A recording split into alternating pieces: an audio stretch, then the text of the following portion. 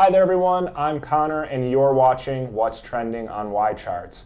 Every month we reveal to you which stocks, funds, and econ data people are searching for on the internet and YCharts so that you can make smarter investment decisions and stay on top of the latest trends. Today we are talking about some Chinese companies that are facing SEC scrutiny. We'll also compare yields for international bond ETFs and US bond ETFs. And finally, we'll take a look at the current interest rate picture, looking at our yield curve and a recent inversion. If you have any questions about how we gather this data or you want to access some more info on each of the stories we'll be discussing, check out the description below. And now, let's see what's trending. All right, let's start by looking at the most popular company pages on YCharts over the last month. We're used to seeing some of these mega cap names on this list as they are the largest and most popular stocks in the US and the world, but most of them are down through the first quarter of 2022, prompting investors to take a closer look at Apple, Amazon, Tesla, Meta Platforms, Nvidia, US Steel, and Alibaba Group. Now, this data isn't necessarily surprising itself, but it did give us a great reminder to take a closer look at popular indexes and ETFs heavily exposed to these names. On our first chart here, we show the S&P 500 in purple and the NASDAQ 100 in orange in the top panel of our chart. And down below, we have some stocks from that list: Apple, Amazon, Tesla, Facebook, and Nvidia. And this is also a percent off high chart, so we're not looking at performance, but rather drawdowns from recent highs. When talking about market indexes, you've probably heard the NASDAQ described as tech heavy, but what exactly does that mean? Well, the S&P 500's tech sector exposure is about 26%, while the NASDAQ 100's is 48%. And speaking just in terms of the names on this screen, the S&P 500's combined exposure is 16%, the NASDAQ 100's 32.5%, more than double. These stocks have been key drivers of the market's slow start in 2022, really holding back those market indexes and popular ETFs. It's also been a big difference maker for investors in SPY versus QQQ. So now let's move along to the hottest company pages on YCharts from March, those with the largest month-over-month page view growth. At the very top of the list with 400% growth is the PE ratio for Hang Seng Bank based in Hong Kong. And page views were also way up for Occidental Petroleum, Snowflake, DocuSign, Nike, and others. But calling your attention to three names here: Hang Seng we've already mentioned, plus Alibaba Group and Tencent Holdings. These three Chinese or Hong Kong-based companies listed in the US either directly or as ADRs have come under increased scrutiny from the SEC to start off the year. Here we're going to take a closer look at those companies, and we're using a scatter plot to do that. On the x-axis along the bottom of the chart is 1 year max drawdown, and then on the y-axis is 1 year total returns. For the securities we've added, there's the Ishares MSCI China ETF. That's the black cross in the middle. And it's down 32% over the last year with a max drawdown of 46%. Scattered around that ETF are Hang Seng Bank in orange. It's doing the best of the group. Then we have Alibaba, Tencent, and we've added Weibo and Baidu to this scatter plot as well. Alibaba and Weibo both are down more than 45% over the last year with max drawdowns greater than 67%. And this increased SEC scrutiny of late is the result of a 2020 law, which actually has its roots back in a 2002 law, Sarbanes-Oxley or SOX. SOX requires that public companies' audits be subject to review to the U.S. Public Company Accounting Oversight Board, the US PCAOB, back from your Accounting 101 days. And just a couple weeks ago, the SEC released an initial set of names whose auditors are not complying with the SEC, and they want to take a closer look at those accounting statements. Now let's turn our attention to the most popular mutual funds and ETFs on YCharts over the last month. We see some very popular passive funds like SPY, QQQ, VOO, and IWM, with some active management sprinkled in, a la ARK Innovation ETF, ARKK. And I will note that this is our third episode of What's Trending and the third time that ARK has made this list of most popular funds. But what I'd like to focus on are the two fixed income ETFs to make this list, those being the Ishares Core US Bond ETF and Vanguard's Total International Bond ETF, AGG and BNDX. And we're going to use these two ETFs to make a quick comparison between fixed income yields internationally and domestically here at home. We have the US AGG in purple and the international BNDX in orange. And the metrics we're charting are price performance up top, dividend payments in the middle, and yes, because these are ETFs, they pay out bond interest as dividends, and then dividend yield down in the bottom panel.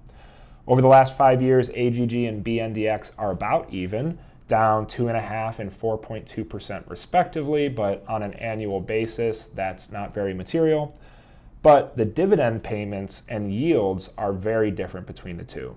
While AGG pays a consistent but relatively high dividend each month, BNDX pays out a relatively smaller monthly dividend with one very large annual dividend payment to its shareholders. Frequency aside, though, a basket of international bonds started paying better interest than a US basket of bonds starting in 2019. Then, BNDX failed to make that one big annual payment at the end of 2020, causing AGG to post a higher yield for most of that year.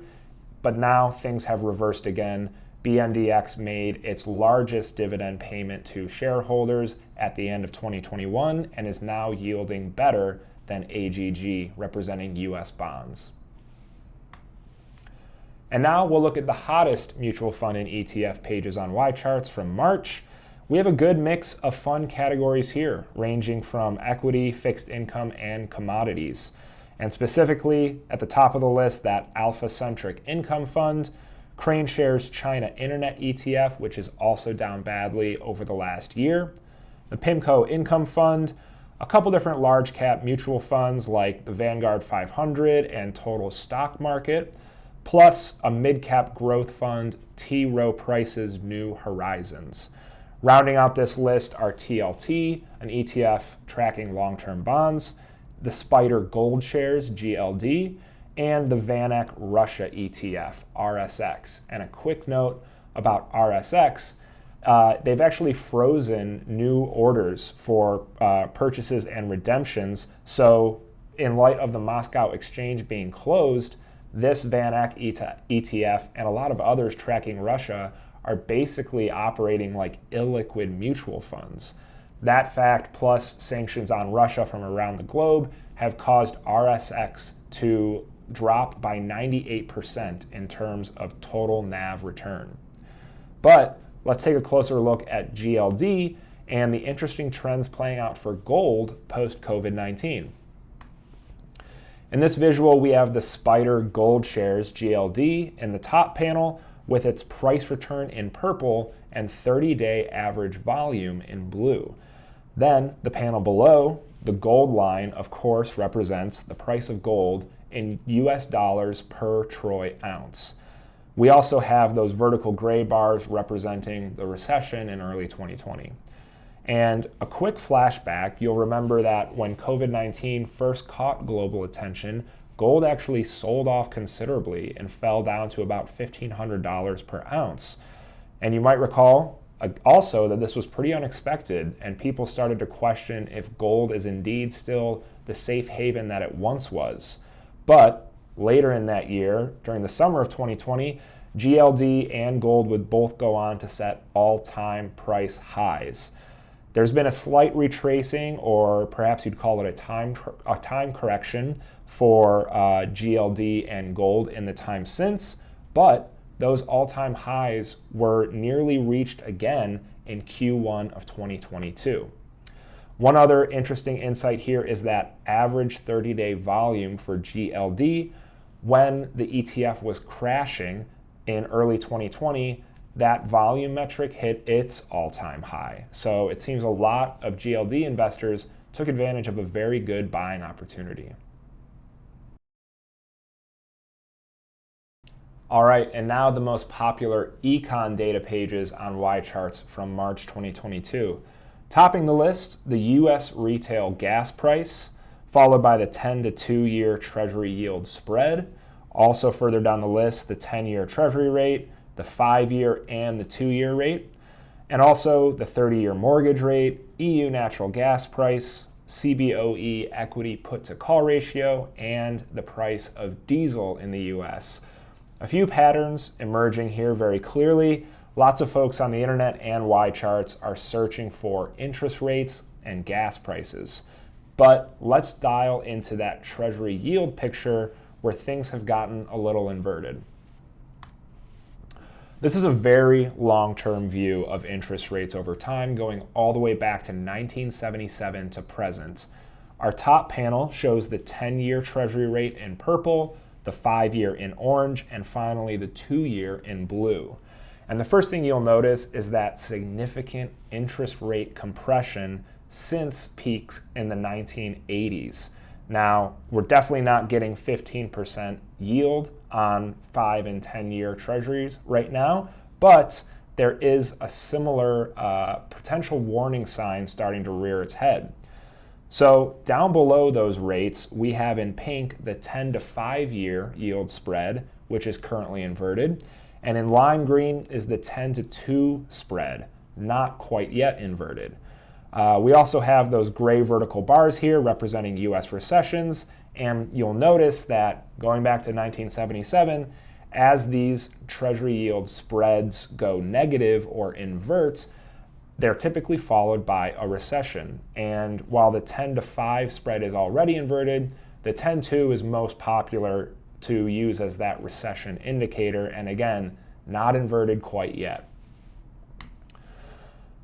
Now we're going to turn over to the hottest econ data pages on YCharts. Again, the most growth in terms of page views month over month. Top of the table is the nickel price, currently costing north of $35,000 per metric ton, which is more than double a year ago for a metric ton of nickel.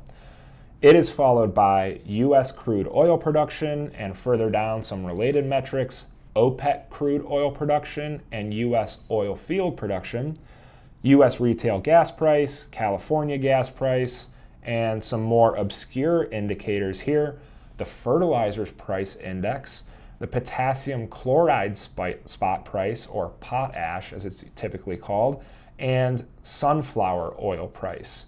Also, we see the 10-year to 3-month Treasury yield spread, which is also not inverted, but again, a popular recession indicator. And for some of those more obscure indicators, definitely seem to be related to the recent Russian invasion of Ukraine and the inability to export a lot of raw materials from those countries.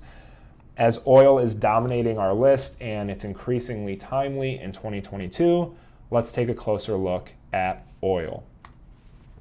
And this chart really puts into perspective global crude oil production, with some key players being the United States in blue on this chart, OPEC in the middle in green, and then we also added in Russia down below. And this is crude oil production measured in millions of barrels produced per day. Now, there is a lag on the international data, so the latest figures for OPEC and Russia are as of November 2021. This is obviously stale, but it will reflect for us the landscape before Russia's invasion into Ukraine and the ensuing restrictions on oil imports around the world. So what are we seeing here? Well, the United States is presently producing 11.8 million barrels of crude oil per day, and pre-invasion, OPEC was producing nearly 30 million barrels per day, and Russia about 10.5 million. Now, bringing things up to present day, we know the US is right shy of 12 million barrels per day now, But the U.S. Energy Information Administration, who is also the source of this data, expects that OPEC production will continue increasing through 2022 as the availability of Russian crude oil comes further into question. That does it for us, everyone. We hope you enjoyed another episode of What's Trending on YCharts. Today we talked about Chinese stocks down bad in 2022 after facing some increased SEC scrutiny. We also compared the yields offered by international bond ETFs and US bond ETFs given by BNDX for international and AGG for the US. And finally, we took a look at the interest rate environment with our analysis of the yield curve and some recent inversions following Fed activity. We hope you join us next time, and to make sure you don't miss it, click subscribe below. Thanks.